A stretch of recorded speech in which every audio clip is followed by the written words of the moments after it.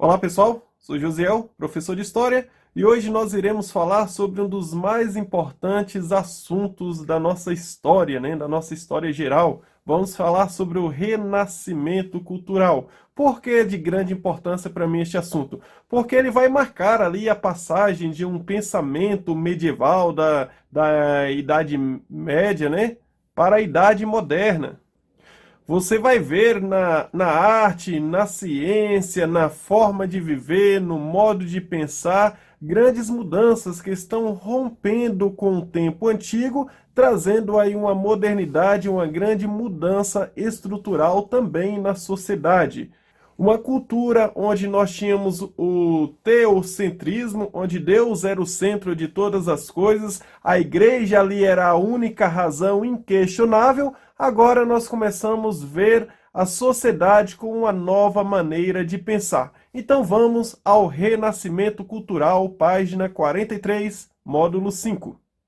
Conceituando então o Renascimento, é um movimento artístico, intelectual e também científico, que deu início ali na Itália no século XIV, que vai se expandir também por toda a Europa a partir do século XV e século XVI. Por que vai dar início ali na Itália? Nós tivemos lá atrás, estudamos sobre as cruzadas, e você viu que nas cruzadas nós tivemos a reabertura, do Mediterrâneo, ligando ali então a cultura oriental com a cultura ocidental, e as cidades italianas elas foram responsáveis por essa abertura comercial. E nós vamos ter então essas cidades justamente por ter este contato com grande influência também do Oriente, o Ocidente, se destacando no início do Renascimento Cultural.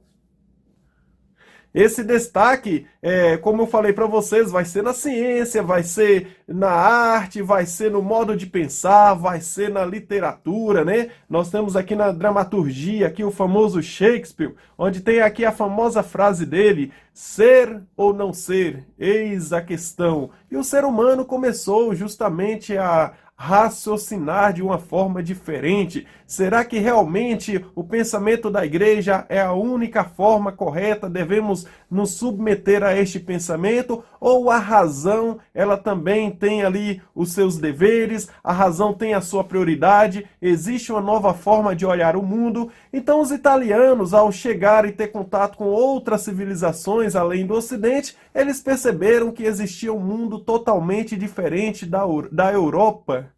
Olha só o que diz Shakespeare, em sua obra Hamlet. Que obra de arte é o homem, tão nobre no raciocínio, tão vário na capacidade, em forma ou movimento, tão preciso e admirável. Na ação é como um anjo, no entendimento é como Deus. A beleza do mundo, o exemplo dos animais.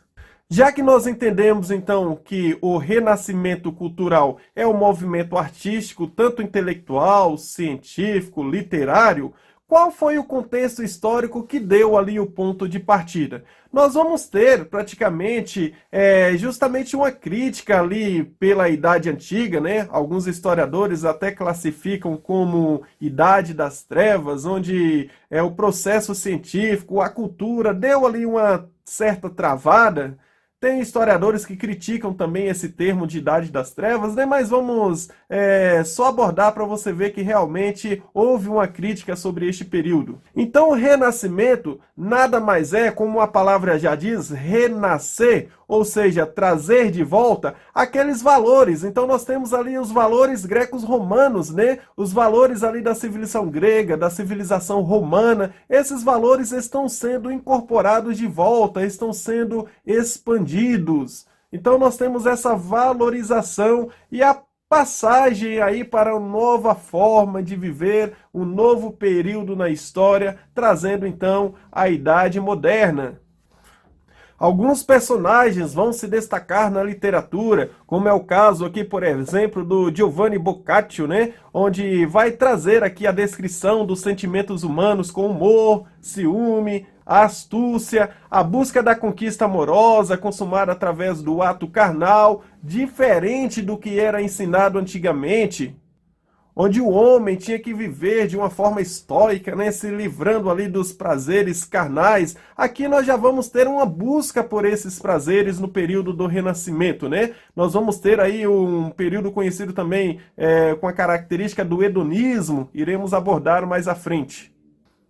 Dentro do Renascimento temos também o humanismo, um movimento que vai pretender trazer as características humanas, uma forma mais racional, desprender dos vínculos do domínio da igreja. Então nós vamos ter uma forma que vai pretender renovar o padrão de ensino e o currículo nas universidades medievais, restrito a direito, medicina, a teologia. Vamos ter um questionamento sobre as verdades absolutas. Será que realmente é da vontade de Deus? Tudo que eu faço é providência divina? Ou será que Deus me criou e deixou a possibilidade de eu também realizar algumas questões, algumas descobertas, invenções, pensamentos científicos? Ou será que eu estou preso e amarrado unicamente ao pensamento divino? Então, questões como essas foram discutidas dentro do humanismo.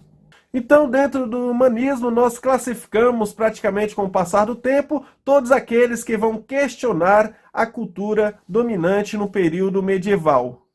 E um grande destaque para isso, nós vamos ter para o propagar dessas ideias a invenção da imprensa de Gutenberg, né? Esse alemão que viveu ali no século XV. Então a invenção dessa imprensa foi de grande importância para a divulgação dos valores humanistas, dentro do contexto do renascimento cultural. Então todos esses valores da sociedade feudal, não sei se você lembra lá a matéria que nós estudamos sobre o feudalismo, onde a igreja estava ali no centro de todas as questões, onde praticamente não tinha circulação de moeda, vivíamos em uma sociedade estamental. Então esses valores dessa época começaram a ser questionados e os valores grecos-romanos eles começaram a ter a sua valorização, ou seja, foram reincorporados na nova forma de viver. Então, dentre os valores do mundo medieval, nós tínhamos o coletivismo, ou seja, a valorização ali do Estado, do corpo da igreja, o pensamento único para toda a sociedade. Isso tentou ser substituído pelo individualismo, a valorização do ser humano, né? O ser humano como um si, sendo capaz de pensar por si próprio. Nós vamos ter ainda o espiritualismo, começou a ser substituído pelo racionalismo. Vamos ter ainda no mundo medieval o ascetismo, né? Aquela questão de você evitar ali os prazeres, os desejos, a vontade da carne. Foi substituído pelo hedonismo, que é ao contrário, a valorização desses prazeres. Se você tem o desejo, então demonstre, realize esse desejo. Ele começou a ser valorizado. E o teocentrismo, né? Ou seja, Deus, onde era o centro de todas as coisas, agora começou o antropocentrismo. Agora não é mais Deus, mas o homem se torna o centro. Conforme falamos no início, a sua origem está no pioneirismo, na primazia dos italianos, né? Lembrando, não existia ali a Itália como um país ainda, existiam várias cidades, tínhamos como, por exemplo, Gênova, Veneza e assim por diante. Vamos ter um grupo de pessoas que serão conhecidos como os mecenas, né? Serão a burguesia que irão patrocinar, então, esses artistas, boa parte aí dos escultores, serão patrocinados por essas pessoas, eles receberão, então, o nome de mecenas.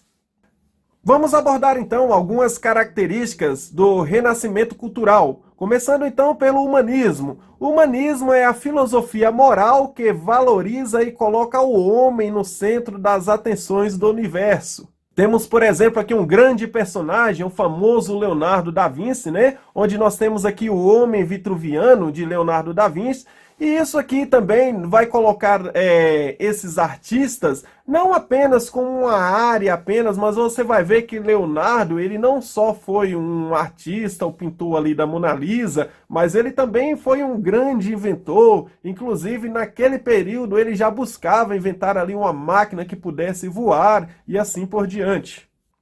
Tem até um desenho legal, eu gosto de indicar aí para vocês, A Aventura de Pinboard e Sherman. Então assistam esse desenho, mostra ali um resumo legal ali de toda a história, a Revolução Francesa e assim por diante, mas mostra esse pedaço também de Leonardo da Vinci, um pedaço do renascimento cultural. Então é interessante você assistir esse filminho aí e vai aprender um pouquinho aí também dentro do conteúdo. As Aventuras de Pinboard e Sherman. Pessoal, dentro do humanismo, nós vamos deixar um pouco de lado o teocentrismo, tá? Onde Deus está ali no centro. Nós vamos ter uma valorização maior do homem. Nós vamos ter uma conciliação entre a fé e Deus e a crença na capacidade também de realizações das coisas pelo ser humano. Nós vamos ter uma releitura dos mestres da cultura grego-latina, né? A importância e o uso da razão, a afirmação da individualidade, conforme mostrei na tela anterior, os valores da idade medieval começou a ser substituídas por novos valores. E uma outra característica neste período, nós temos o classicismo, que é o retorno dos valores clássicos da Grécia. Nós temos aqui, por exemplo, uma grande pintura famosa, né, do Rafael Sanzio, é a Escola de Atenas, onde nessa pintura você consegue ver perfeitamente aqui os principais filósofos, né, aqui ao centro da pintura, onde você percebe, deixa eu ver se eu consigo ampliar, onde você percebe que Platão, ele está com o dedo apontado para cima, mostrando ali sobre o mundo das ideias, o mundo irreal. Já Aristóteles, ele já está com a mão apontada mais para baixo, no chão, mostrando algo ali mais racional, né? O mundo sensível, o mundo real. Então você percebe a valorização e a diferença das ideias desses principais filósofos.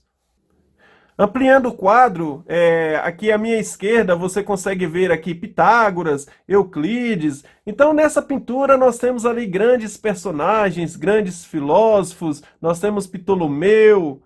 Você percebe então esse retorno da valorização desses valores gregos. A outra característica que nós vimos aí no início da aula é o antropocentrismo, né? O que seria o antropocentrismo?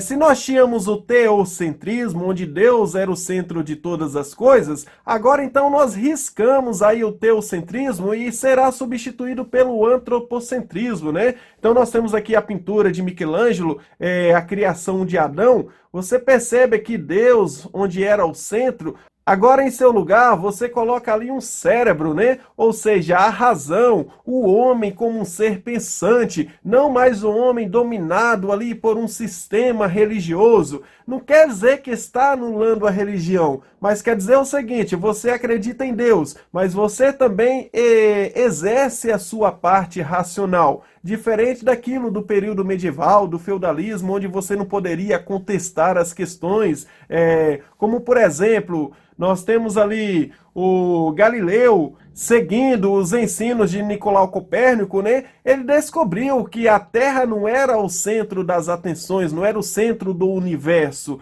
O Sol não girava em torno da Terra, mas que a Terra ela girava em torno do Sol. Você percebe que Galileu ele acabou sendo preso pela igreja, quase até mesmo foi morto pela igreja, foi julgado lá pelo tribunal da Inquisição. Ele ainda deu sorte, né? Mas outros que vieram antes dele acabou sendo queimado em fogueiras, justamente por discordar do pensamento da igreja. E a sua obra foi até censurada, foram proibidos os livros de Galileu, que eram livros de ciências, tá? Se a gente for tratar de outras questões como heresias que eram condenadas naquele período, melhor nem se falar aí, a gente vai ter vários outros personagens, John Wesley, John Hus, que discordaram da fé daquele momento, Martinho Lutero, por exemplo, que vai falar que a sua salvação é apenas pela justificação através da fé em Cristo, você não precisa confessar ali para um homem, pedir perdão ali ao homem, né? Mas todos os homens têm a posição igual como pecadores. Então, pessoas assim foram queimadas na fogueira. Lógico que Martinho Lutero não, ele teve ali também algum apoio, mas outros, como Jerônimo de Praga, João Hus, outros personagens tiveram perseguição, João Calvino. Vocês vão estudar isso aí um pouco mais à frente na Reforma Protestante. Então, a igreja ela dominava aquele pensamento, essa questão cultural. E isso começou a ser contestado através do antropocentrismo. Outra característica, nós temos também o mecenato, né? Falei, vinha ali dos mecenas, que eram a burguesia que irá patrocinar, então, esses artistas, que irão patrocinar e promover essa questão cultural. A palavra, ela deriva ali de Caio Mecenas, o romano, né? Considerado um grande incentivador também da produção cultural. Inclusive, você vai até ver também essa valorização da ociosidade, né? Para você ser um filósofo, você tem que ter um tempo livre para pensar. Então, essa questão da ociosidade vai começar também a ser valorizada. E por isso, os filósofos serão sustentados, então, pelos mecenas. A outra característica, fazendo contrapartida com o coletivismo, nós temos o individualismo, né? Nós temos agora o ser humano como um ser pensante, um ser humano como destaque, ser humano como alguém racional. E Leonardo da Vinci, ele acaba demonstrando isso também, trazendo ali a valorização do ser humano, detalhes nas pinturas, né? Diferente das pinturas medievais. Na pintura medieval, por exemplo, se esse fosse um quadro medieval, teria aqui a figura de uma pessoa pintada, mas sem traços aqui de músculos, expressões, e o fundo seria só uma tonalidade, por exemplo, uma cor cinza, né? Uma cor cinza diretamente. Aqui você percebe na pintura de Mona Lisa que você tem detalhes, tem um fundo, né? Tem expressão, você percebe aqui traços no pescoço, no olhar, na testa, o semblante. Então são as pinturas mais voltadas para o realismo. Aqui você pode perceber, por exemplo, os detalhes no sorriso do quadro de Mona Lisa, a perfeição que foi aplicada a este quadro, né? Ali os seus olhos. Mas você vai perceber que o quadro de Mona Lisa também vai servir para um padrão, né? Você vai perceber que nós temos aqui um triângulo sendo formado para a base do início de uma pintura. E até mesmo nas esculturas nós vamos usar aí essa estratégia para desenvolver tanto as pinturas como também as esculturas de artes. E se no período medieval era valorizado o estoicismo, aqui você vai ter o hedonismo com a valorização, os prazeres, né, sendo valorizado. Aqui nós temos essa obra de arte do Sandro Botticelli, demonstrando este belo casamento nessa pintura. Aqui você consegue ver a valorização dos prazeres sensoriais. Essa visão opunha-se à idade medieval de associar o pecado aos bens, aos prazeres materiais. Então o hedonismo ele representa o prazer como a finalidade da vida, ou seja, o culto ao prazer. Uma outra característica do Renascimento, nós temos o naturalismo. Ainda dentro das pinturas do famoso Sandro Botticelli, né? Temos aqui o quadro retratando aqui a primavera, os deuses da Grécia, os valores medieval, a natureza que antigamente era considerado como a fonte de medo, né? Então você vê aí uma nova mudança de pensamento. Já para o homem renascentista, por exemplo, a natureza já era uma fonte de sabedoria que deveria ser estudada. Então, estudos mais aprofundados sobre o corpo humano, sobre anatomia, começaram a serem explorados neste período do Renascimento. Aqui você pode ver, por exemplo, vou ampliar aqui a foto, Eros, ele atirando uma flecha de amor sobre os casais que ali estão, retratados na pintura. Ainda dentro das obras de Sandro Botticelli, nós temos aqui o Nascimento de Vênus, né? Você retrata aqui a perfeição, a valorização dos traços do ser humano. Porque eles acreditavam nos deuses gregos? Não, mas eles tinham muito contato ali com os valores da Grécia, eles estão trazendo de volta esses valores. Não quer dizer que eles adoravam os deuses gregos. Mas como no período medieval, isso aqui, por exemplo, se fosse pintado naquele período, seria uma questão de heresia, né? Então agora você tem uma liberdade maior de trazer obras que antigamente eram proibidas. E uma outra característica, nós temos o racionalismo, a valorização da razão. Você consegue ver aí também justamente a perfeição. O famoso Michelangelo, por exemplo, esculpindo aí de uma forma perfeita, né? Valorizando aqui os traços. Você vê Maria segurando o corpo de Cristo aqui em seu colo. Inclusive, essa estátua ela fica na Basílica de São Pedro. Lembra lá da pintura de Mona Lisa que eu falei que existia um padrão a ser seguido, né? Um triângulo? Pois na estátua você segue também esse mesmo padrão. Serviu como uma referência para vários outros artistas. Olhem só os detalhes aqui do rosto de Maria, para vocês verem que perfeição, né? O nariz, os lábios, o olho, o semblante. Então você percebe que ele está buscando ali o mais próximo possível de uma realidade. Se você for olhar aqui também no corpo de Cristo, deitado no seu colo, deixa eu ampliar aqui a foto, as mãos, por exemplo, você consegue ver com detalhe aqui o furo dos pregos, né? As veias passando. Então o realismo no renascimento cultural, quanto mais próximo você estivesse do realismo, ali mostrava quão grande conhecimento você tinha sobre tais questões.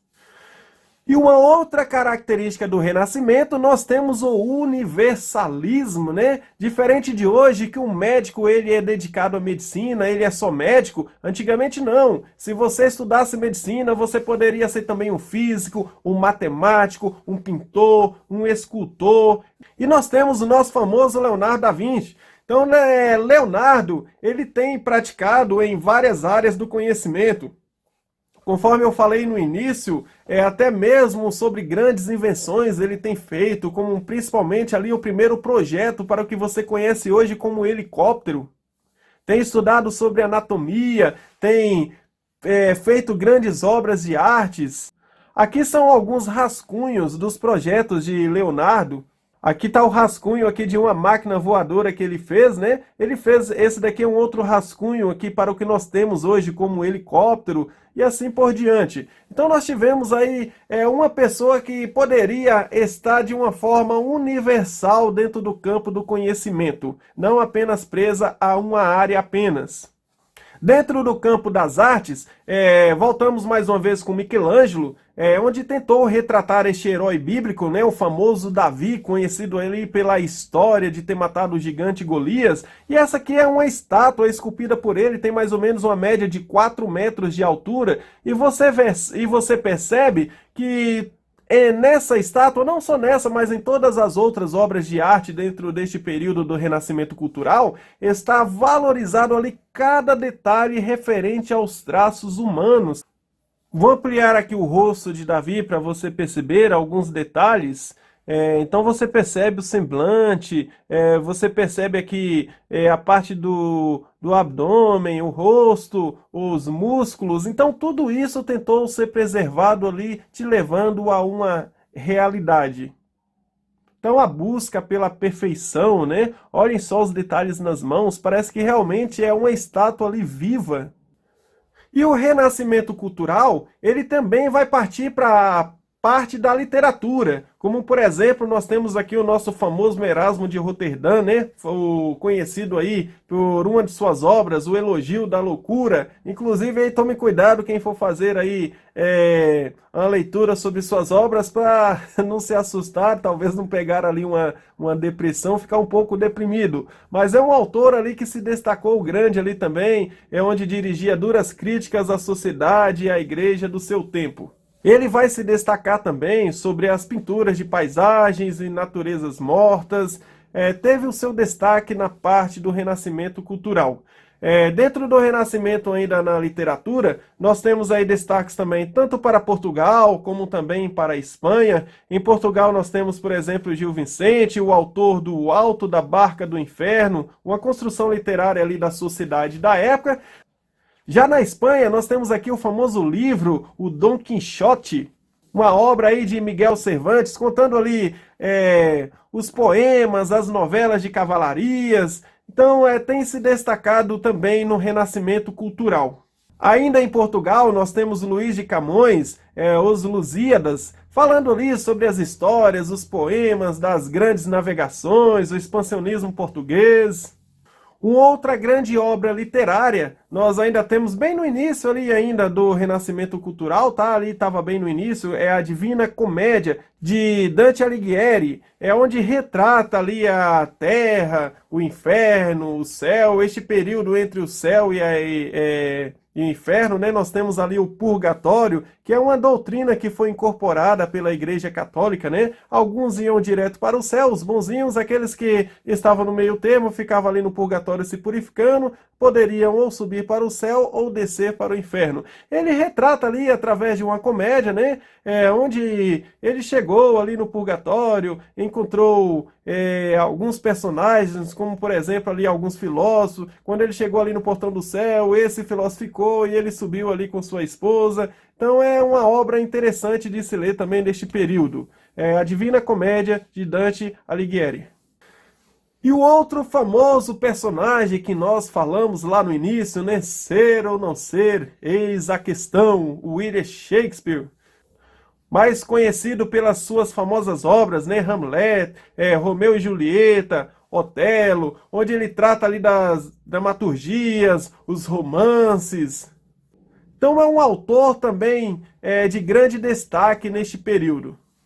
Um outro personagem também do Renascimento, nós temos aí o famoso Thomas More, né? Inclusive ele ficou conhecido também pela sua obra Utopia, justamente o nome já fala, utopia, algo que talvez é impossível ali de existir na vida real. Onde ele descreve nesse livro uma sociedade que vive de maneira perfeita, sem desigualdade social, sem abuso de poder. É praticamente ali um paraíso, quase o céu descrito ali nessa forma de sociedade, né?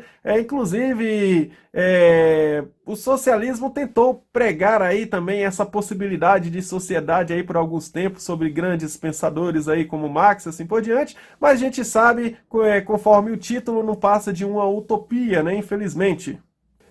E um outro grande personagem que trabalhou muito também a serviço dos governantes na época é o famoso Nicolau Maquiavel, com sua obra O Príncipe, que é até mesmo um manual de política usado ainda hoje, nos dias de hoje, né? Conhecido por algumas frases célebres: é melhor ser amado do que ser temido. Os fins justificam os meios. Então nós temos aí o nosso famoso Nicolau Maquiavel, considerado o fundador da política como ciência. E temos também o renascimento científico, podem acompanhar aí na página 47, né? A valorização da razão, da experiência e da observação, diferente do período medieval, que os valores eram através do ouvir, do ensinamento da igreja. Agora não, agora se observa, se tira suas conclusões através de métodos que deram origem então à ciência. Nós vamos ter a expansão do conhecimento técnico e também científico. No progresso científico, o que vai ajudar com que este conhecimento se expanda, nós temos aí a invenção da imprensa de Gutenberg. Isso não só ajudou no conhecimento científico, mas também na tradução de algumas obras literárias, inclusive a Bíblia, né? A Bíblia será traduzida aí também por Martim Lutero, no idioma alemão. Nós vamos ter também ajudando no período da Reforma Protestante, que está surgindo também neste período.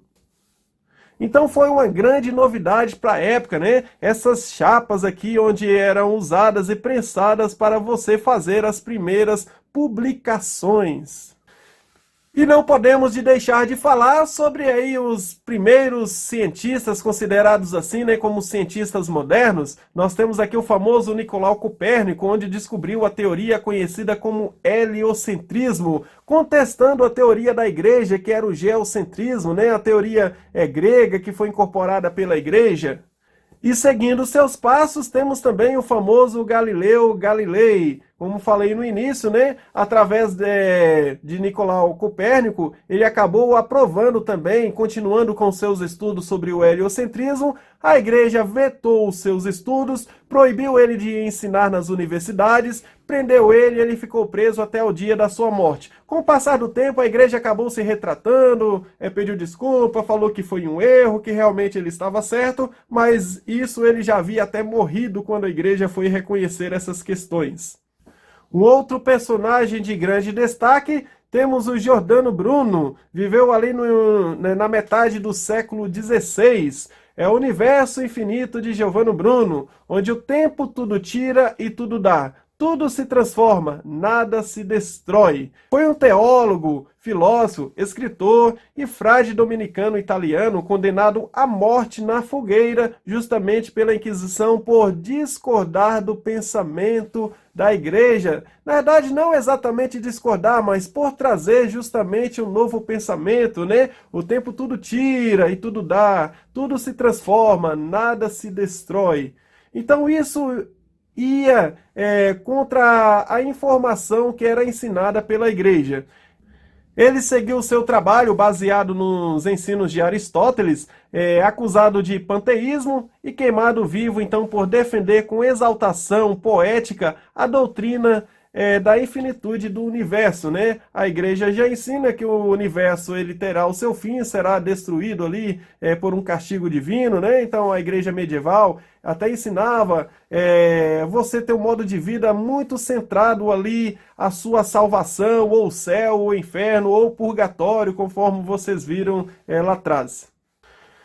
E aqui destaco também uma bela obra de arte, retratando com perfeição também a última ceia de Jesus e os seus discípulos, onde Leonardo da Vinci levou 7 anos para completar a sua famosa obra. Finalizando então o nosso conteúdo sobre o renascimento cultural, deixo algumas imagens aqui para vocês. Se vocês quiserem acessar aí o site está aqui, tá? É sobre a famosa Capela Sistina, as imagens são em 3D, a famosa obra de artes ali, liderada por Leonardo da Vinci. Então você pode ver aí também essa grandiosidade, essa perfeição, tá? Então são aqui as paredes pintadas. Mesmo que não era ali o trabalho dele, ele era escultor, mas o Papa na época acabou obrigando ele também a pintar as paredes da capela, né? Então você percebe aqui essa perfeição aqui em seu trabalho. Aqui você vê os anjos tocando as trombetas para acordar os mortos. Aqui você já vê Abraão, Sara, Isaac e sua esposa Rebeca, os filhos deste casal, Jacó, Esaú, tem também João Batista. Aqui você já vê a imagem de Cristo sendo retratado de uma forma diferente, né? Um pouco maior, mais jovem, musculoso. Encerro aqui com vocês a nossa matéria do renascimento cultural. Para não ficar tão longo, vou dividir a matéria em duas, tá? Então, na próxima aula, iremos estudar sobre Reforma Protestante, da página 47. Até a próxima com a nossa aula Reforma Protestante.